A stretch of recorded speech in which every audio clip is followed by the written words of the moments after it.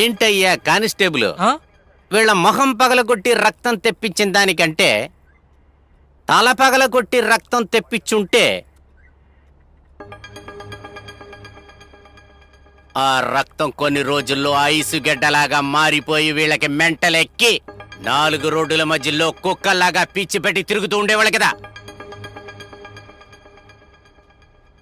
దానికి టైం ఉంది సార్.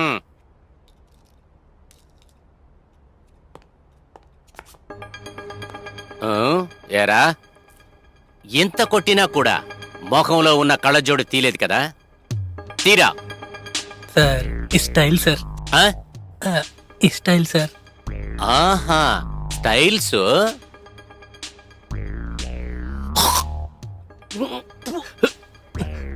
ముందు వసన ఏరా, పట్ట పగల్లో నడి రోడ్డు మీద జనాభా ఎక్కువ తిరుగుతున్న చోట సర్వసాధారణంగా పిట్టల్ని కాల్చినట్లు ప్రజల్ని కాల్చుకుంటూ పోతూ ఉంటారు. పోలీసులు మేము స్టూలు వేసుకుని అందరం కూర్చొని డిస్కస్ చేసుకుని తలకాయలు పగలు దొబ్బుకొని మిమ్మల్ని పట్టుకుంటాం అనుకున్నారా? అది అప్పుడు. ఇప్పుడు క్రిమినల్ రా, మేము కూడా క్రిమినలే, పట్టుకున్నాంరా. ముస్తఫా ఎవరి మనిషో తెలుసా? రాణా. రాణా ఈ స్టేట్ని తన చేతిలో పెట్టుకున్న వాడురా.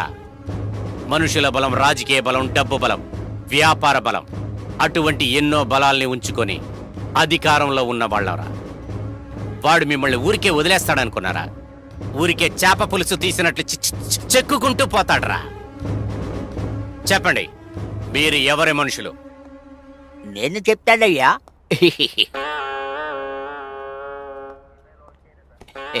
స్వీట్ తీసుకోండి. మీకు స్వీట్ తర్వాత ఇస్తా.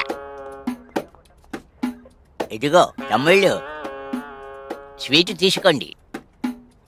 నేను మీ అందరికీ అన్నలాంటి వాడిని. స్వీట్ తీసుకోండి అయ్యా.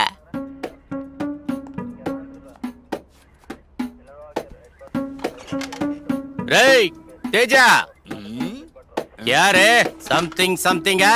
మీరెవరు, వారెవరు, మీలో ఏంటి లింకు నాకు తెలుసు.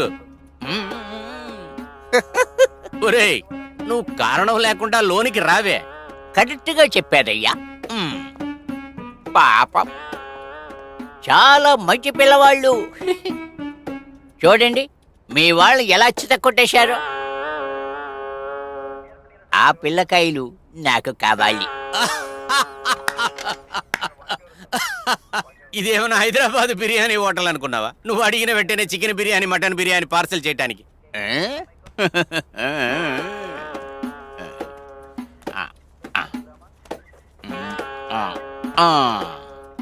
ఏమీ లేదు.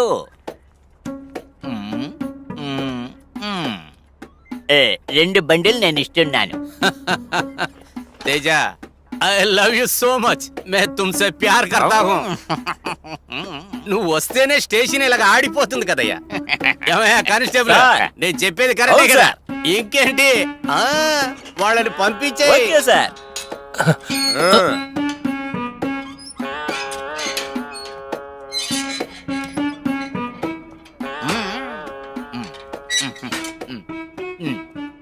చూడండి ఎలా కొట్టేశాను.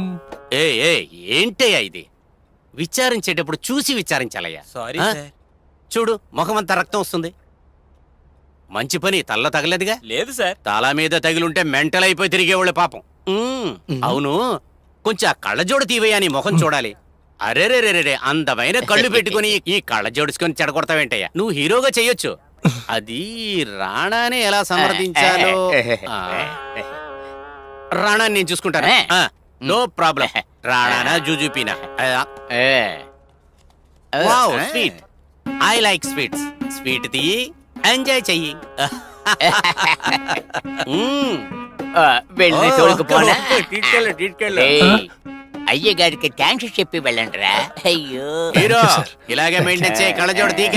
అయ్యా వెళ్ళి రండి, వెళ్ళి రండి. వెళ్ళొస్తానయ్యా.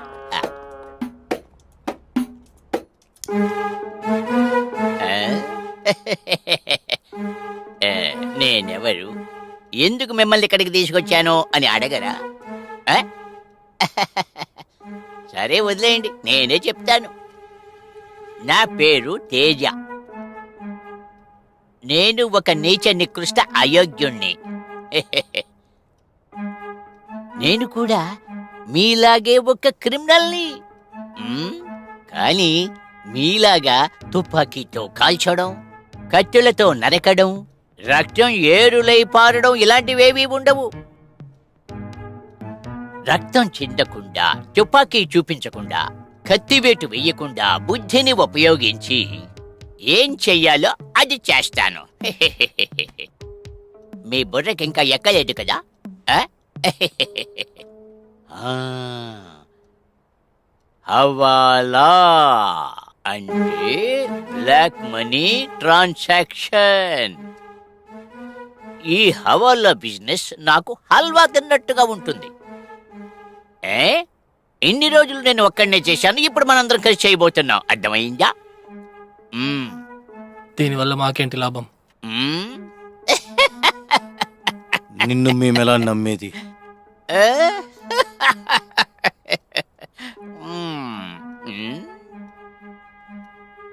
చూడండి, క్రిమినల్స్ కి నాలుక శుద్ధంగా ఉండాలి. నేను క్రిమినల్నే, మీరు క్రిమినల్సే. ఒకరినొకరు నమ్మే తీరాలి కదా. నువ్వు ఏమడిగావు?